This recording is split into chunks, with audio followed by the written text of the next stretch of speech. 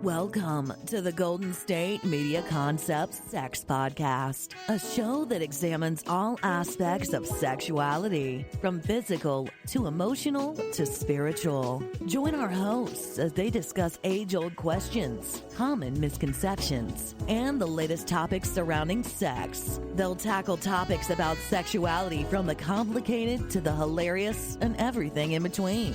GSMC Sex Podcast is your show for all of your questions about sex, even some you might not have thought of yet.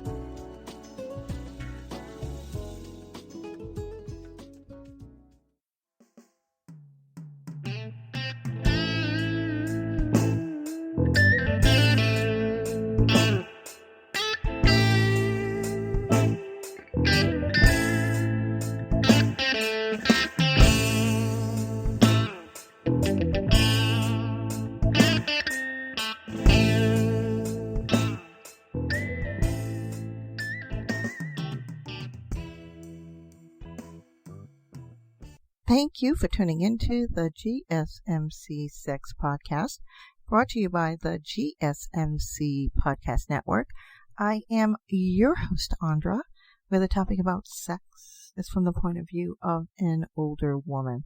Hello out there. How are you, my little horny devils? My sex-crazed fiends wanting more and more. I hope you're having a good week. You had a good weekend. And the weekend is coming up. Weather is a little weird out there, but hey, it's a little confused right now, which is normal. But we are having some great days. And still trying to communicate and adapt to our new COVID living scheme. But now, I'm going to start the show off with a sexual position. Usually I find some time inside to do it. And during the show. But, I want to spice it up a little bit for you ahead of time. And we're going to go with a sexual position called spark. Now, we all know the inevitable spark was actually a thing that Kentucky Fried Chicken would give out all the time. And if you didn't get a spark, you wondered why. What were you going to eat your potatoes with? But there is a sexual position called the spark. It is good with intimacy. It is very, very, eye-to-eye contact is there, that bonding time, and all of that. It is both sexy and relaxing for both of you. In this position, the partner gets to take charge. And they'll be, the outcome and the final orgasm is the reward, and also the awesome view of the partner's body and face. It is wild and intimate, as I say, and it also leaves your hands free, the partner who's in control, to explore all the erogenous zones we have and maybe find a couple of new ones. So, to do it, very simple. So I say, if you like the spoon position in sex, well, the spork kind of has a little bit of that into it.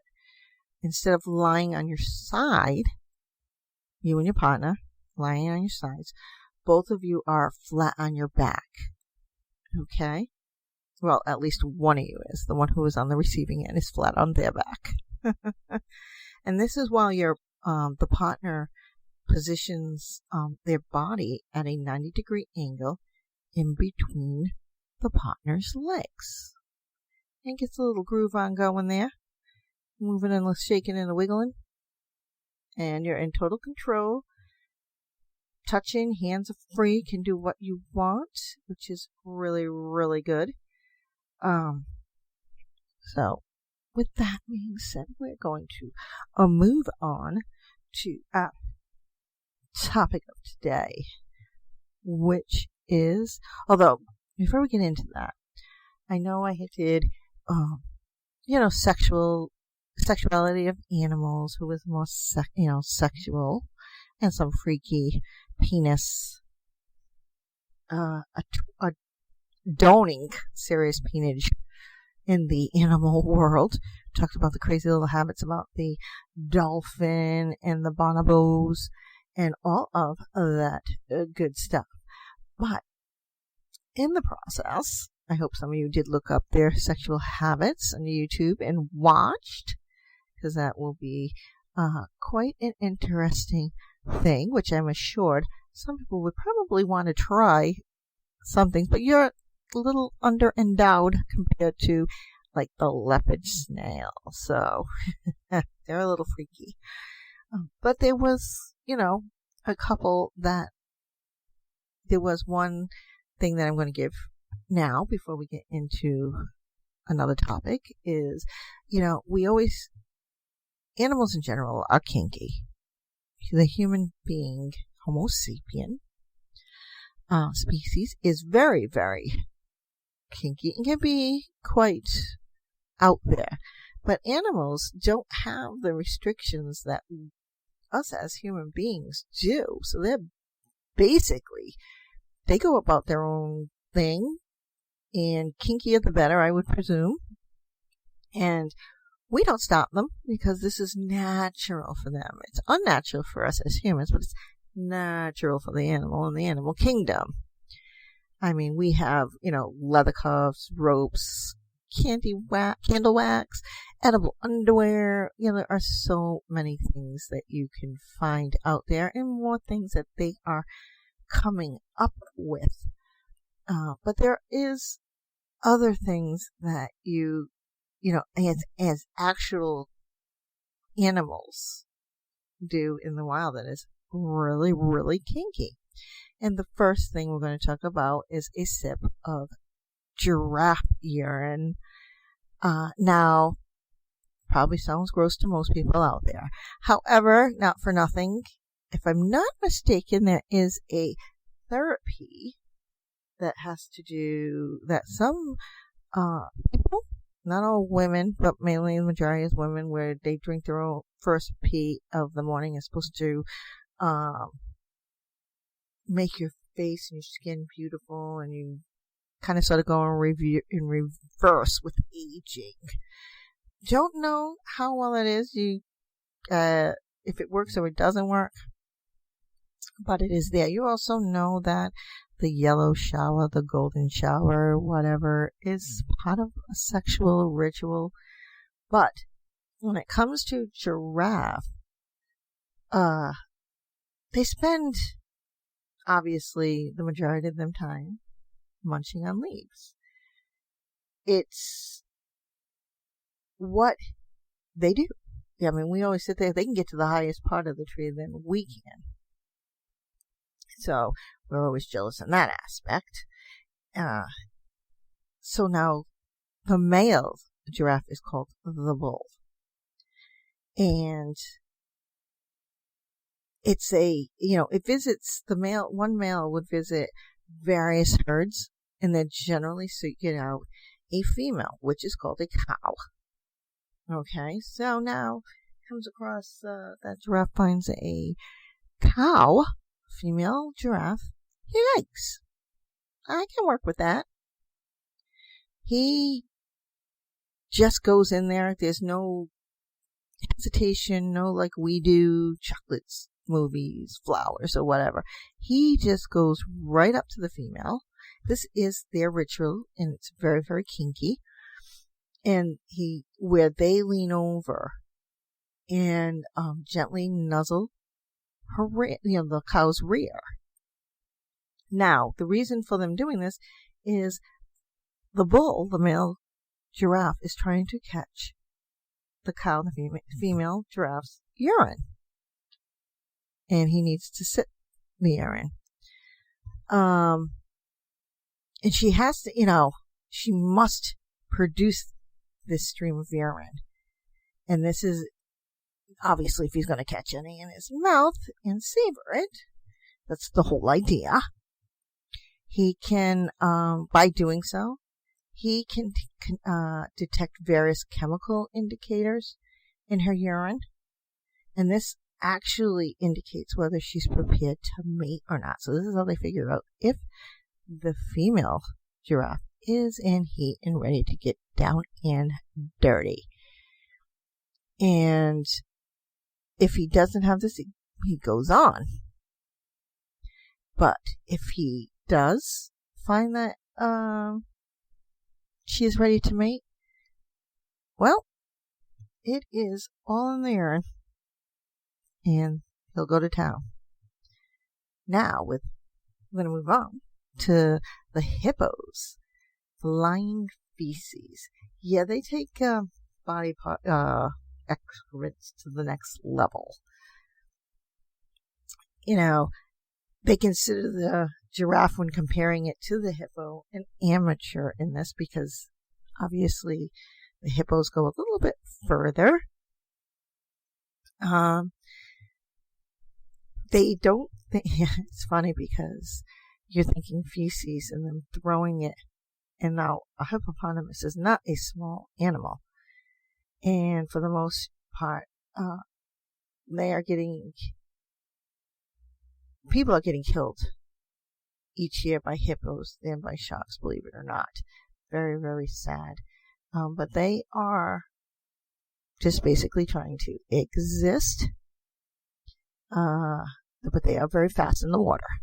Now, with male hippos, they're called bulls, just like the giraffes. But hippos are more into the dung, which is the feces, than the urine. This is, they consider very aggressive, but it kind of sort of works for them. And this is what they do to, like, basically mark territories and everything like that, which was what a dog will do when they pee and stuff. They mark their territory.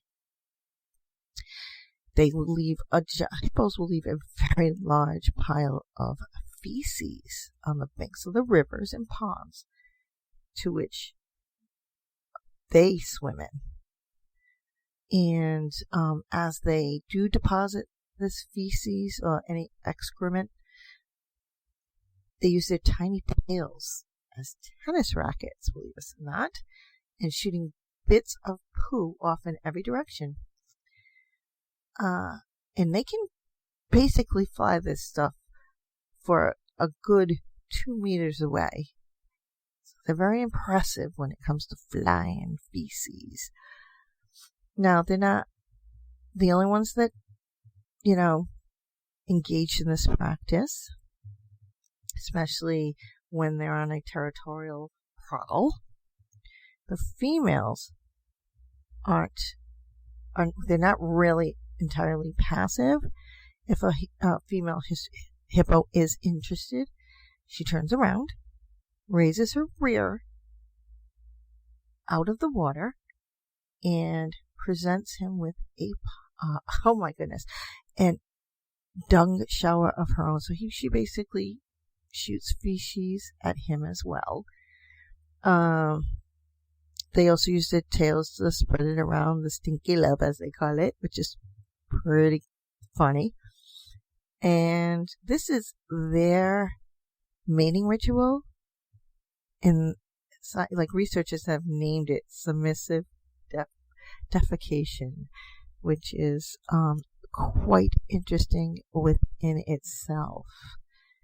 Now we have the little slithering garter snakes who have massive mating balls, as they call it. Usually in Canada, and this is in the spring where the snakes come out. They stay underground there in the winter. They'll come out from underneath the ground, and they'll obviously need to search for food and sex. It's their main goal. And what is our main goal when we come out of COVID? Aside from trying to get ourselves back on our feet. I do know that. Now, they get together, snakes will get together in aggregations. And the numbers within those is like tens of thousands. And it's like a massive wiggle pool. And if you watch Indiana Jones, he doesn't like snakes. And in Indiana Jones, they actually had down on the floor of the temple, they had like wiggle. You see the floor moving, and come in front it was a pile of snakes. So take that and put 10,000 more in there. Little scary. Now, they have withering mating balls, as they call it. But the balls are created after the females release a pheromone that indicates their presence, believe it or not. A sort of serpentine clarion call is what it is. Then what happens is when they hear this, males from all over and slither on over to her, and when they get to her, they're just really hoping for a chance to father some little limbless offsprings of their own. But group sex isn't the only thing the little slitherers are doing. In the middle of all the sex, or at least trying to get the sex, they, when they're inside of there, the mating ball is a group of males who are pretending to be females. What a ritual. OMG. I'm going to finish this one up, and we're going to take our first break in the show right after that, and then move on. I find it really interesting how kinky and putting together and looking at males, humans to actual animals. We're all animals, like we're in there, mammals, but when we think of sex or how we function, we get separated and try and go about that way. Now, the reason how they do this is because actually some of the males are able to release the same pheromones that the females do, and they like to deceive the male so that they can get it from that female and the other ones don't, and they'll go, whatever. Either that, maybe, they want it. Heaven only knows. We don't know how far down it goes into the same sex of animals. So, but they get their groove on, and then they make little slitherers. But it's funny because when the snake emerges from all of this grogginess, as winter slumber, it's like 10 degrees. Oh my goodness. And this is Celsius, a little bit higher, maybe like 20-30s. My conversion in my head is a little off. I'd have to do all the math, but I'm not going to do that. But reproductive males are usually a good 15 degrees warmer.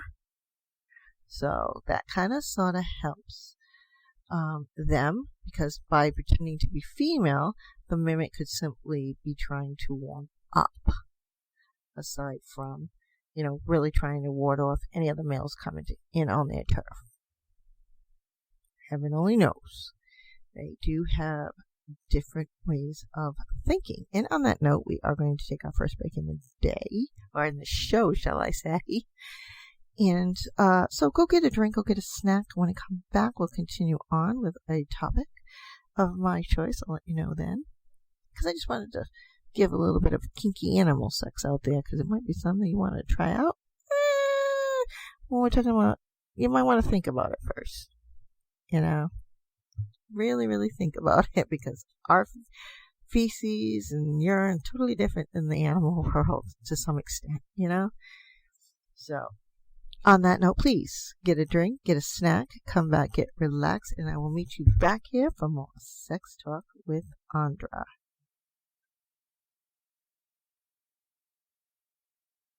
Still on the search of that one true love? On the limbo in this crazy world of dating, marriage, relationships? Well, Listen to the Golden State Media Concepts Relationship Podcast, your one-stop podcast for everything about relationships.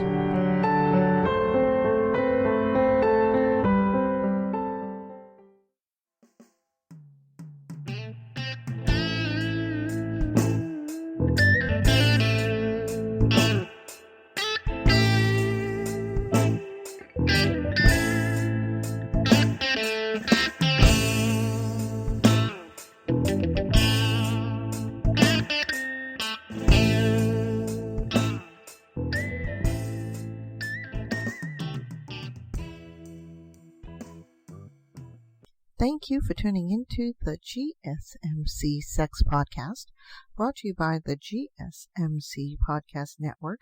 I am your host, Andra, where the topic about sex is from the point of view of an older woman. Hello, welcome back. Hope you have enough snack and drink and you are well comfortable as we continue on with the show. Now, I just gave you a little bit of animal kinkiness. Kind of sort of on the ooh side, but hey, this is normal to them. You know, orgies are normal for them. They don't get judged as much as a human being would. But then you ask, do they also come with the same attraction as we do? And do animals actually engage in homosexual behavior? Or really, is it whether they are truly homosexual? It's so totally another issue. And so that being the topic, I'd like to start you off with some crazy kinkiness in the animal kingdom. Now, obviously in the human world, homosexuality is slowly, very, very slowly, becoming accepted. It's a growing thing. It's a lot more accepted now than it would have been ages ago, or eons ago, shall we say, where it was like so totally unheard of. Well, you know, there are other species out there. Obviously, there has to be some sort of homosexuality that goes on, and we're actually gonna go through those. Now, the first one we're gonna talk about is the female Japanese Macaque. I'm probably pronouncing that wrong, but it's Macaque. Now, really, like during the winter season, which is their mating season, there is a fierce competition, massive competition. And in the animal world, I mean, like with humans, kind of sort of, it's the unwritten rule for the female with it comes to males, and it's supposed to be an unwritten thing, but with males it's a little bit more written, and they're a little bit more lenient when it comes to dating a female that your friend dated, or dating someone, or so closely there, the two of you looking at the same person. It's all in there. But with these particular chimpanzees, well, actually, shall I say, Macaque, it's not a chimpanzee, and I correct myself. In this competition is really fierce, and it's for the access to female Japanese Macaques. It's not the same, like whereas, you know, you're going into male has to be off to get the female or whatever. Males actually have to compete with other males and with females as well. So the competition just isn't straight male in the species. It is, you have to compete with female as well. So that male's got a lot of work to go. And usually women are a lot stronger. Just want to say that. It's really, in some species, in populations, homosexual behavior among the female and I say this because this is not only common, it is actually considered a normal thing in the animal world. Here, it's a little bit more, in this time and age, acceptable with women than it is for men. And they kind of sort of, I mean, it is more acceptable now. It's just, they still have to work on getting that acceptance in there. We have so many realms within that sexuality that is there and out there. There's so many faceted aspects in the world of sexuality nowadays. Now, homosexuality involved with females with the Japanese Macaque is where a female will mount another female, then stimulate her genitals, and what she does is she rubs against them with their own, or she'll rub up against the other female's genital. And it's usually the same, kind of sort of a little bit of a bump and grind there. Another way is that so some of them, like the two females, will hold on to each other with their limbs using a what is called a double foot clasp mount, while the other sits on top of the mate in a sort of like jockey style position. So basically, they're riding them like a horse. So this is been a normal thing for them. This isn't, well, if we sit down and say, oh my God, they're animals and there's homosexuality, yeah, well, come on, it's everywhere. It's an attraction. Different species, different rituals, different normalities. And, here the females stare into each other's eyes while mating. And well, this is like in the human, but with the Japanese macaques, it's hardly ever done outside of the sexual contact. So they don't really look at each other after. It's just okay during that sexual thing. And believe it or not, the same-sex pairings within them can actually last a whole week and mounting each other over hundreds of times. Now, when they're not mating, the females actually do stay close together. They sleep, and this is the reason why, because they do it for sleeping and for grooming, and basically to help to defend each other off of any possible rivals. Now, we look, in comparing that to human beings, it's much more, like I said, it's much more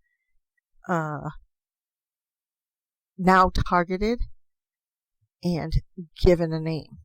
In the animal kingdom, animal homosexuality, it's not given a name. Like I said, in the beginning of the show, we can accept what an animal can do because they have quote unquote different rituals, if you want to call it that. And this is something that's natural because it's done out in nature. So why is it that when it comes to humans, we have so many rules and regulations and things along that line? Heaven only knows. This spans not only the animal, but the insect world as well. The animal kingdom is quite intricate with insects as well. So, and it's funny because animals have been observed engaging in the same-sex mating. And this has been done for decades and throughout time. So it's really, it's seen as, abnormalities and curiosities. And that's how we, if we see it being done with two animals and we're in the zoo and we see it, what's the biggest thing? everybody gets attracted. They run to that particular habitat for the animal, and we all sit there watching them have sex. Now let's turn that around on the human side. Come on, think about it. I don't think I have to really explain that to you. But, hey, I mean, it's not called homosexuality for an animal, but it's called homosexuality for a human. Like I said, we are growing, and it is branching and becoming more accepted. It still has a long way to go, and hopefully not that long, because people are happy. You don't want them not to be happy.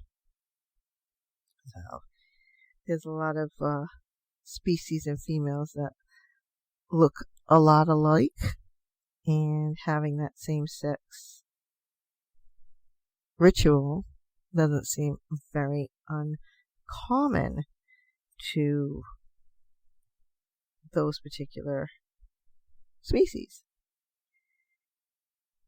We have, it's funny because they explain it, whereas, the females were simply seeking sexual pleasure. And if there's no male around, they're not going to sit there and twiddle their thumbs until a male does come around. They just find a female. Very, very simply. They don't think, they don't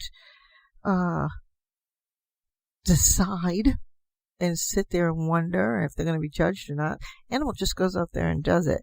It is to maximize their pleasure. It is to have a sexual encounter. It is to have an orgasm. As weird as that is to sound that together and put that all together.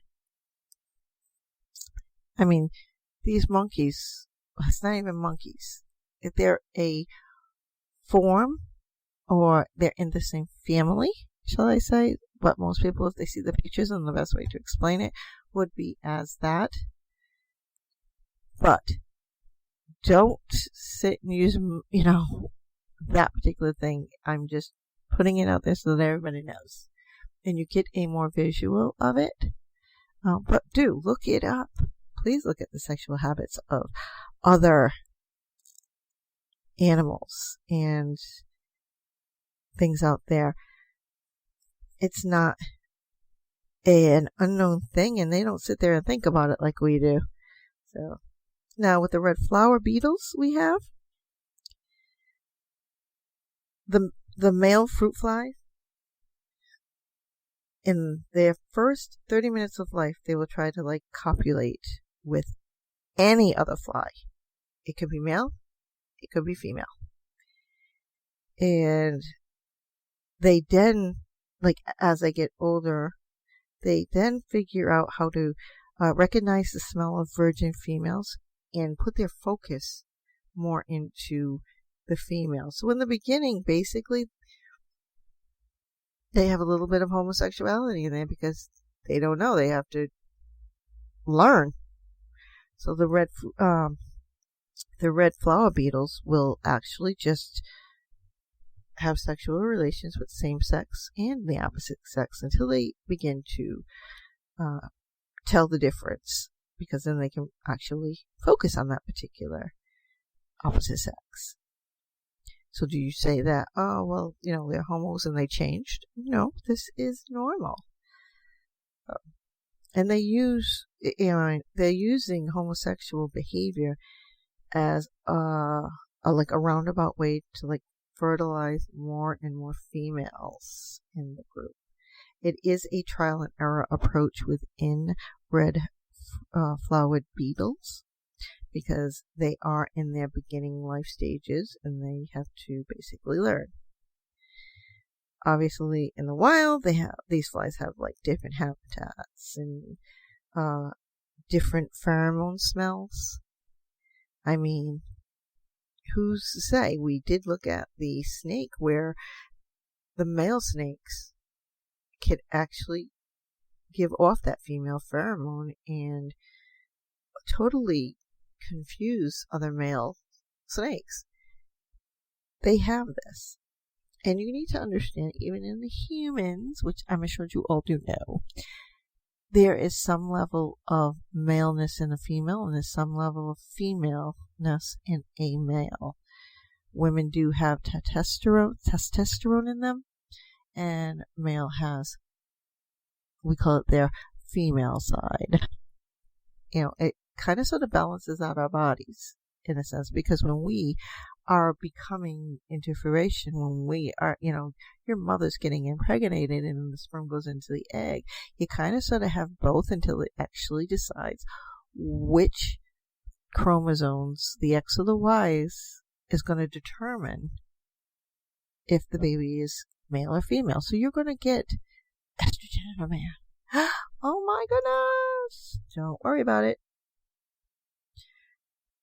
Researchers really have found with these beetles, though, that they use a distinctively sneaky trick when it comes to their mate. They often mount each other, and then they go almost to the point of depositing sperm.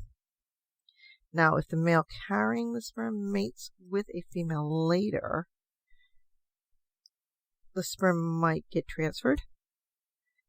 So the male who produced it has fertilized a female without having to court her. It's already there. So basically, when they come out and they are, they're in the beginning stages of their sexual behavior, and they mount anything that is out there, male or female. So they're basically like just giving a small deposit, which isn't going anywhere, and then the female, when they come into mating, and then they do it again, it then gets deposited. Imagine if a human being could do that. You can make a decision.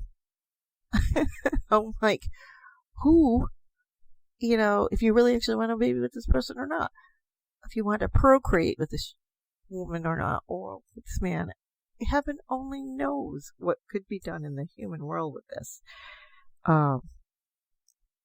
Very, very interesting. On that note, we are going to take a break. And when we come back, we will continue on with homosexuality within the animal realm. There's some other things that do go on between the animals with same sex and opposite sex. So, replenish that drink, snack. Please, or stay just relaxed where you are if you have enough already. But I will meet you back here for more sex talk with Andra after the break. Tired of searching the vast jungle of podcasts? Now listen close and hear this out.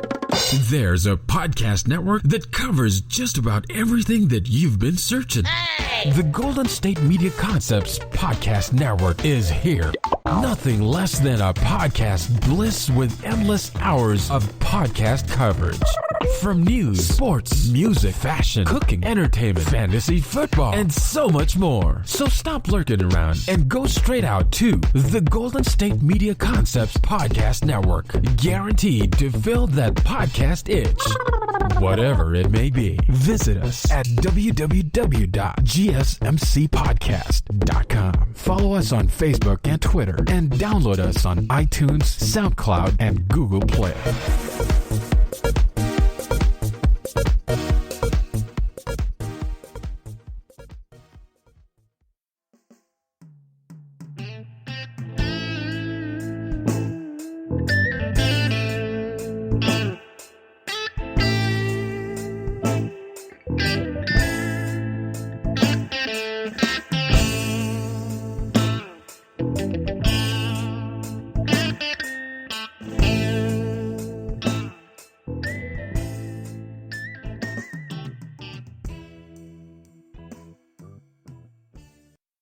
Thank you for tuning into the GSMC Sex Podcast, brought to you by the GSMC Podcast Network.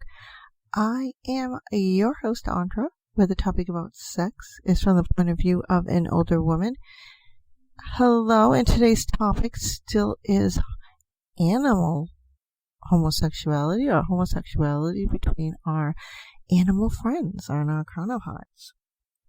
We were talking about the red flower beetle, and just finishing up with that.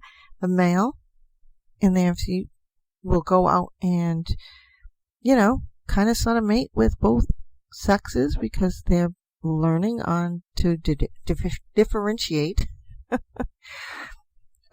between the sexes, because at that point they can figure out who is actually a male and which one is a female.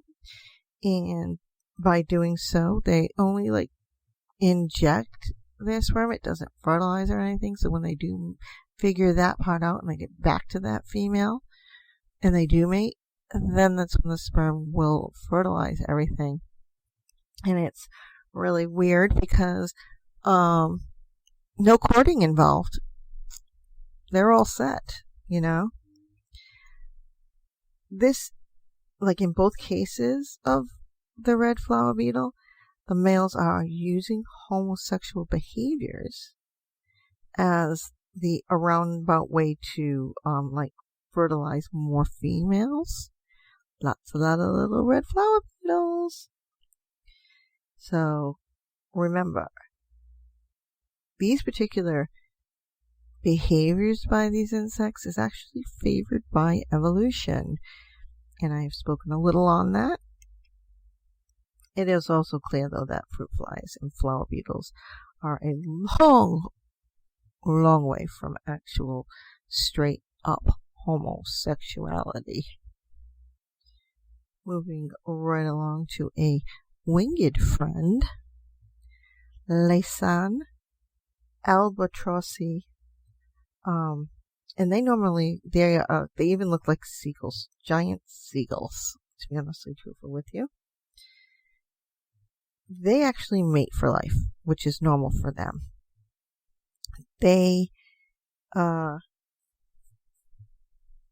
Other animals kind of sort of do it, one, to figure out which one is female and male as they're learning and growing up. Others just basically to get that little urge right on off. But this particular bird is actually in Hawaii. Would love to go there. And it's really in this where they seem that they are really lifelong homosexuals in the animal kingdom, so to speak. Now, among these, they're huge birds.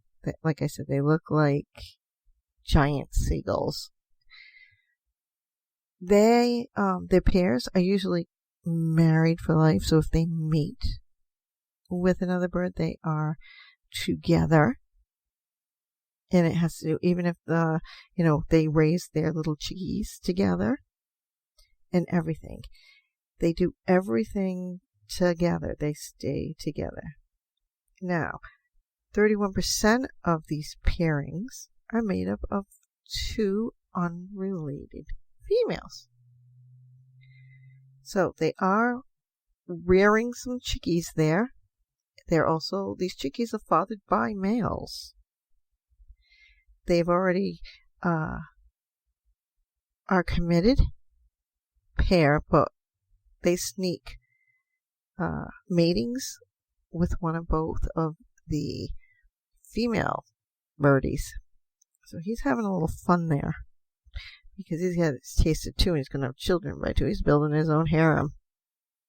Now, like male-female pairs, these female pairs can only rear one chick per season because it does take a while to grow them up.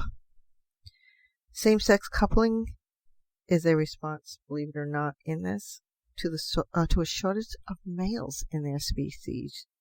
So they kind of sort of got a low countage down there. And it's not, obviously they considered like the female, which is with female, human species as well, where people believe that two of the same sex cannot father a child and the child will grow up confused. That's not true all the time. There may be some, and I'm not going to doubt that, but that doesn't always mean that. With these birds, the female-female pairs really aren't as good at rearing chicks as a female and a male pair would. But they are better than females that go it alone. So they do take up that same-sex pair for the companionship of growing the children together as opposed to alone, because doing it alone is very difficult for them. This, like I don't know who's gone to Hawaii. This would be really interesting. There would be, if they didn't do this, unfortunately for these birds, they would really struggle to properly incubate the egg, so that it goes, a little chickie in the egg, so that it could grow. On top of that, what can happen is female-female pairing, when they are, the males impregnated them both, when they're both raising the chicks together, that this one female can go off on its own while the other one pays attention to the eggs. But this particular bonding between female and female in this species is monogamous, and it is lifelong for them. They can get their eggs. It's funny because this is one of the advantages to these birds in their sexual habits and same sex. They can get their eggs fertilized by the fittest male of the group. And then those traits obviously are passed on to the chick, and that's even if he's paired with another female already. It's not considered inherently homosexuality between them. There is a higher surplus of female birds as there are males to pair with. So it kind of sort of got to get some males in there. Got to get them going. It's kind of sort of the same-sex coupling is a response to the shortage of the male birds, believe it or not, in the companionship. But the male has the opportunity to have sex with both of them and impregnate both of them, have chickies with them, and hopefully breed male birds. So, obviously, we know our bonobos, and I'm sure somebody's going to correct me on that, but I don't mind. They have sex all the time. Do I have to tell you more about that? Because I did talk about them last time. They are the most sexual animal out there. They'll do it anywhere, in any way they possibly can. It cements, like with all relationships, that social bond and that intimacy and that bond between. They're actually considered, because they are the closest relatives to human beings on the evolutionary scale. And now with the bonobos, which I found out how to pronounce. Woohoo! The bonobos are lovely, over-the-top, hump anything animal. They're actually the oversexed relatives to us. Said that. They really engage in an enormous amount of sex, so much that is often referred to as a bonobo handshake, believe it or not. And that includes homosexual behavior among both males and females. They are like the macaques, They seem to enjoy it a whole heck of a lot. And why not? Now, researchers have described pairs of female bonobos rubbing their genitals together and emitting grins and squeals that probably reflect orgasmic experiences. So basically, you hear them moaning and groaning out there, or moaning and squealing, grins and squealing, whatever you want to call it. They are having some heck of a orgasm experience there. Now, the sex between the bonobos, it plays actually a deeper role between them. Kind of obviously cements a social bond, but junior bonobos may use sex to bond with more dominant group members. And this is how they climb up the social ladder within the pack. Males that have had to a fight sometimes to perform genital to genital touching, and they call this penis fencing. Okay, they are coming up with so many things, but they call it penis fencing. And this is a way to reduce tension. Okay, we probably will be calling that something else different in the human realm, but okay. They actually, really though, kiss. And they perform fellatio and massage each other's genitals. Maybe we could take some pointers from them. In this one, even the young comfort each other with hugs and sex. So they do live in a really tight-knit social group. So it's not uncommon for them to show this sexual behavior. And it's really most times none more than about reproduction. Yeah, there's some reproduction in there, but most of the time it is not always part of it. And this is also the homosexuality behavior that comes in there. There's a whole thing out there with them. So they have such a wide range of behaviors, including homosexual behavior. Again, it's natural for them. It's normal. And it's also female bonobos still have sex when they are outside their reproductive period and cannot get pregnant. So basically saying, when they're on their period, they still have sex. Oh my goodness gracious. I'm telling you. They don't always show a consistent sexual orientation, but they do, show it. Just like us with humans, they use their sex to gain all sorts of advantages. Yes, sex is quite a big thing. Obviously, there's the Bottlenose Dolphin, which I spoke with that they're horny little dogs because their penises are used for feeling, so they're always, on the go and looking for a little bit of hump in there. They, both females and males, females and males display homosexual behavior in that.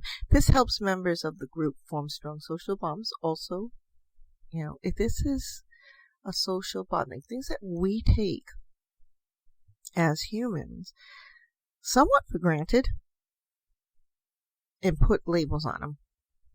This is being done within animal kingdoms, and it's normal. It's correct. There's no, don't do that. Oh my God, it's against all known religions or whatever. So, now with that being said, I am going to take the final break in the show. And when we come back, we will communicate and continue on that's homosexual animal behaviors, are there really homosexual animals? So, please stay relaxed right where you're at. Continue on with what you're doing, with or without a friend. Or take a break to go, potty. But when I return after the break, we will continue with more sex talk with Andra.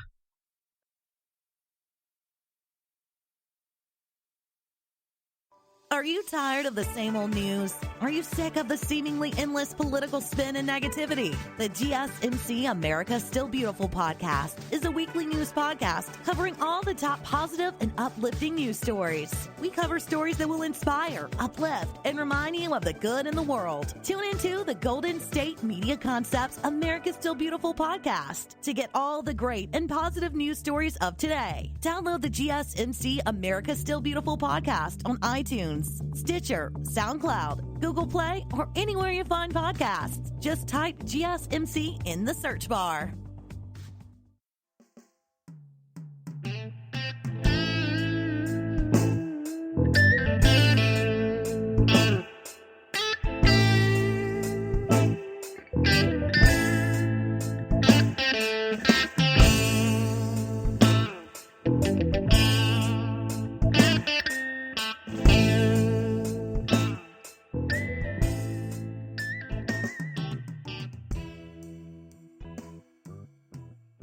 Thank you for tuning into the GSMC Sex Podcast, brought to you by the GSMC Podcast Network.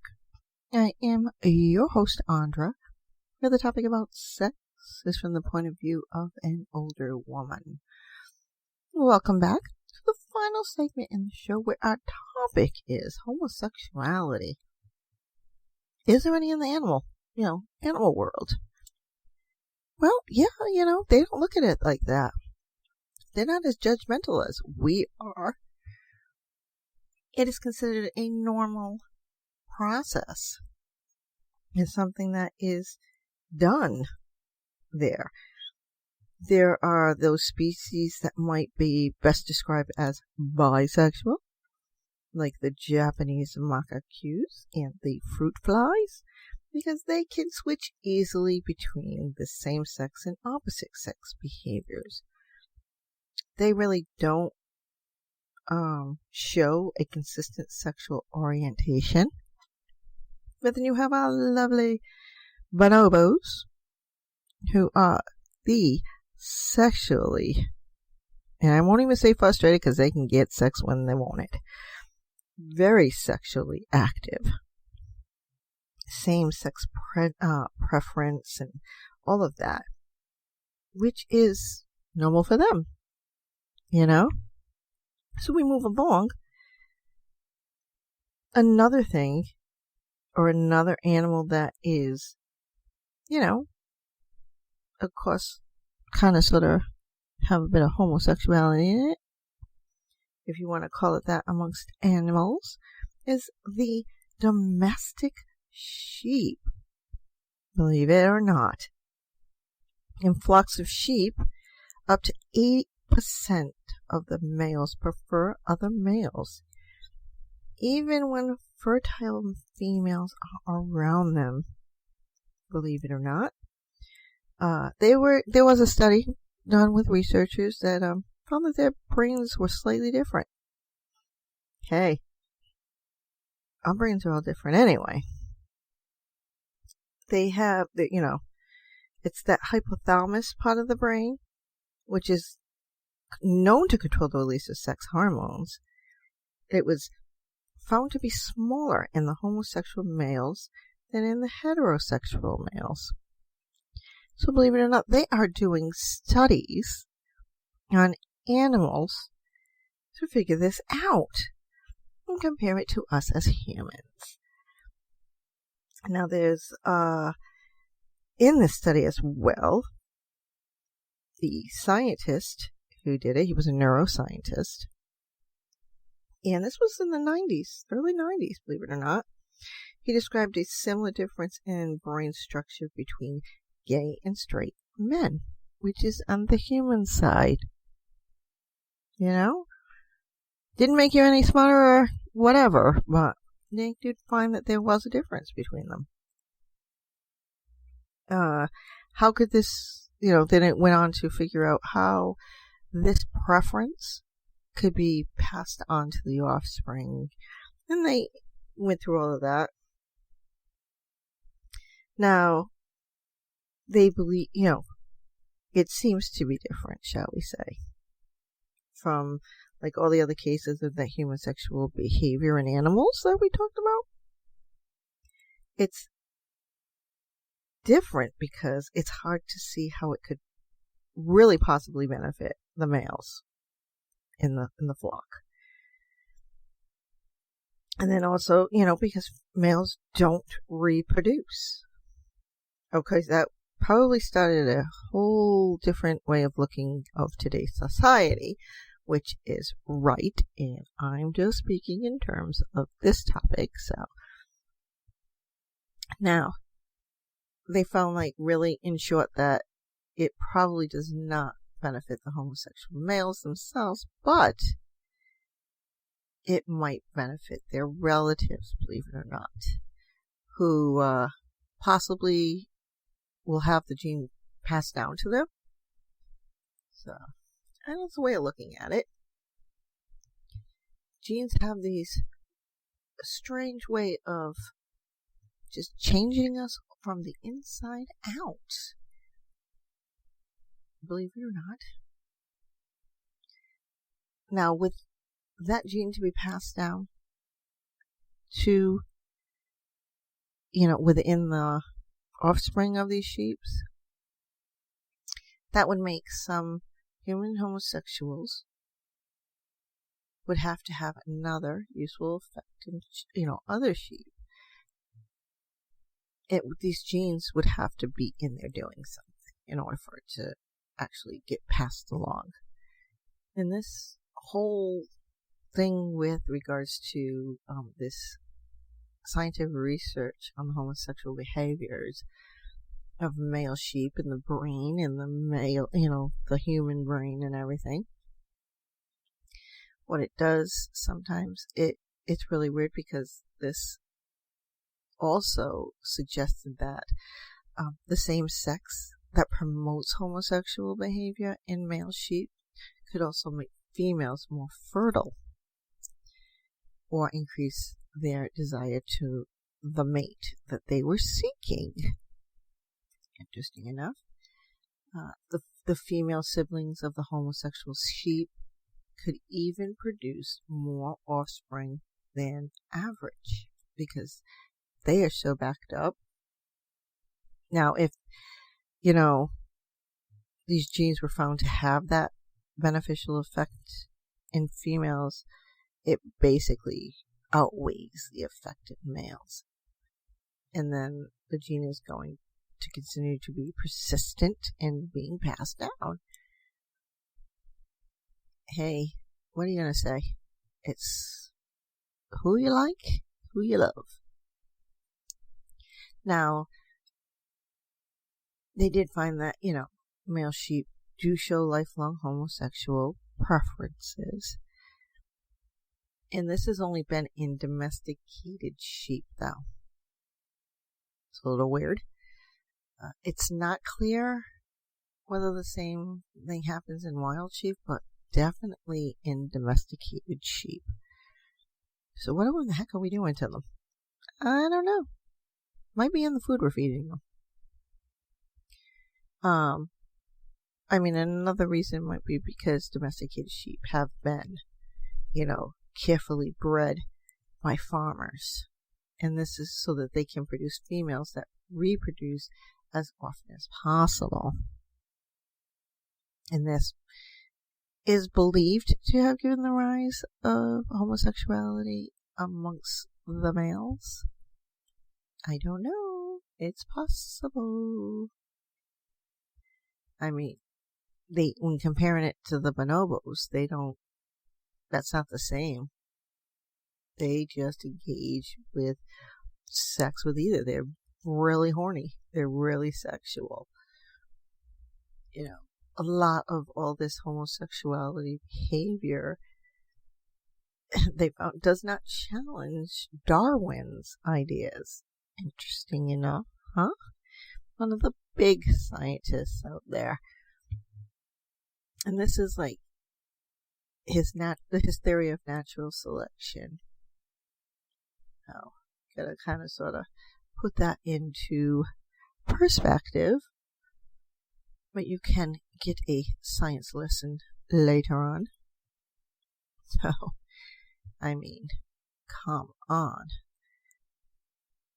If it doesn't take a rocket scientist, per se, to tell you, shall I say, or at least let you know that an attraction is an attraction. You're going to have it any way you look at it, anywhere it comes up. It isn't that it's just in humans, it's everywhere. It's just how we are viewing it that makes it different, because we've put rules and regulations on it for humans, but it's natural for animals who are in the same animal kingdom as us. And does that make that much more right or wrong? No, it doesn't. I mean, there are other animals that do this, and the chin strap penguins are one of the animals that will go out there and just their homosexuality behavior, or they basically are really sexual. They'll just have sex with anything that walks.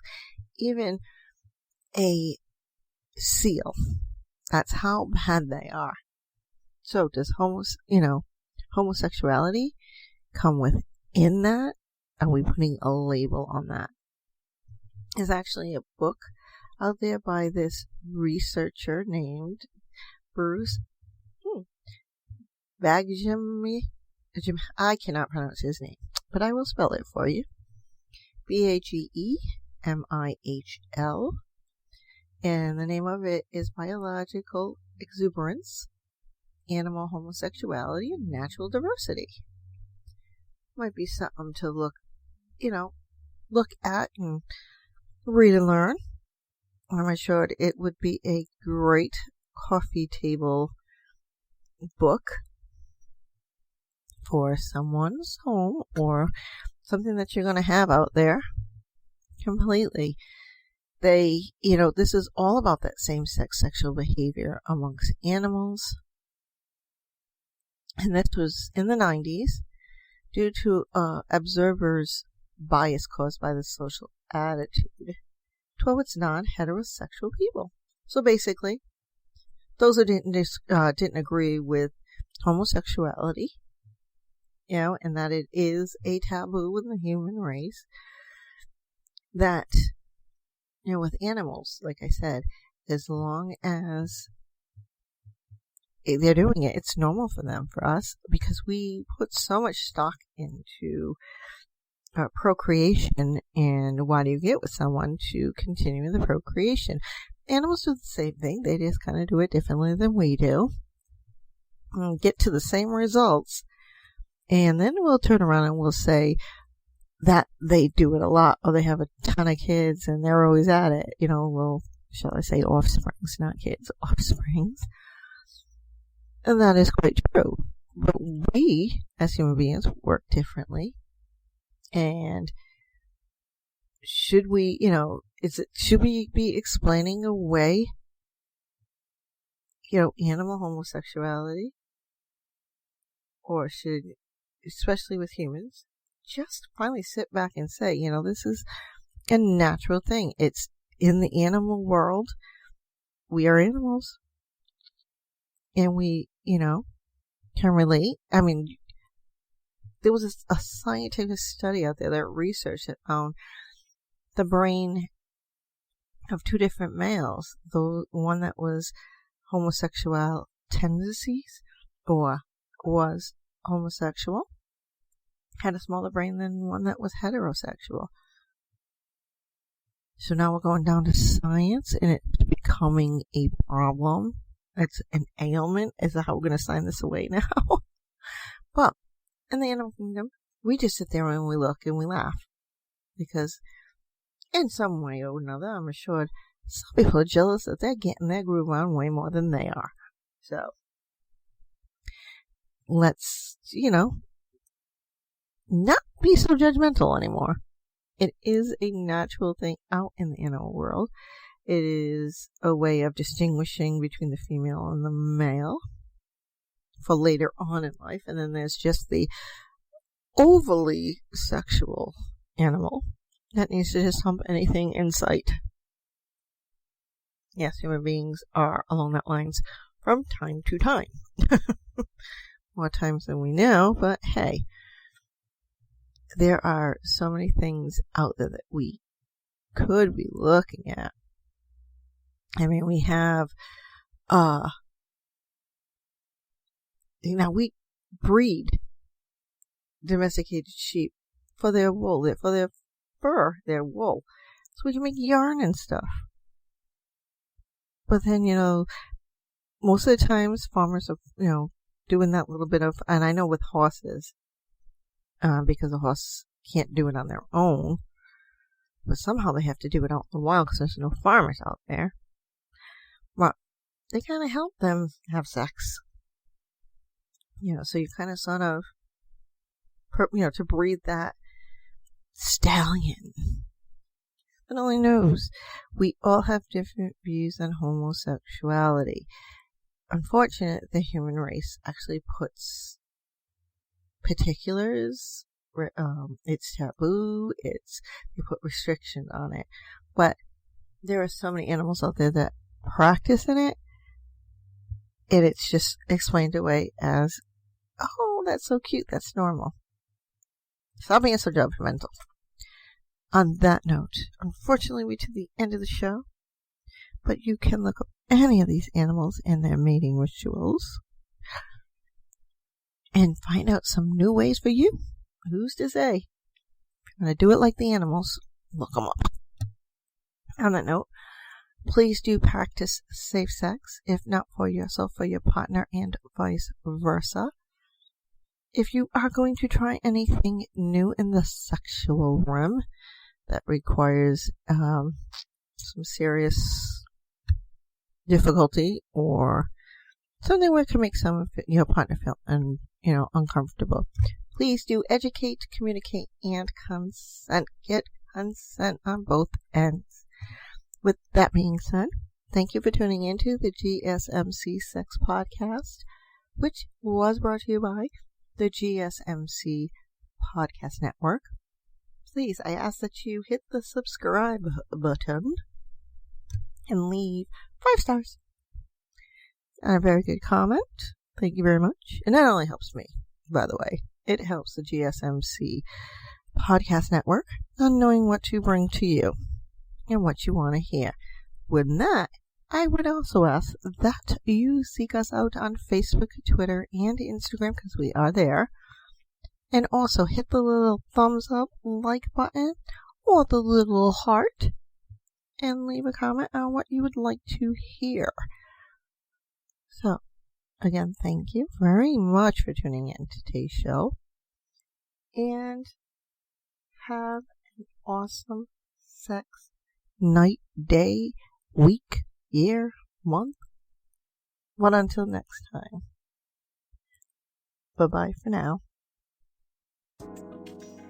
You've been listening to the Golden State Media Concepts Sex Podcast, part of the GSMC Podcast Network. You can find this show and others like it at www.gsmcpodcast.com. Download our podcasts on iTunes, Stitcher, SoundCloud, Google Play, or anywhere you find podcasts. Just type in GSMC to find all of our shows from the GSMC Podcast Network. Network. From sex and relationships to health and wellness, life and happiness, and even weird news. You can also follow us on Twitter and Facebook. Thank you, and we hope you have enjoyed today's episode of the Golden State Media Concepts Sex Podcast.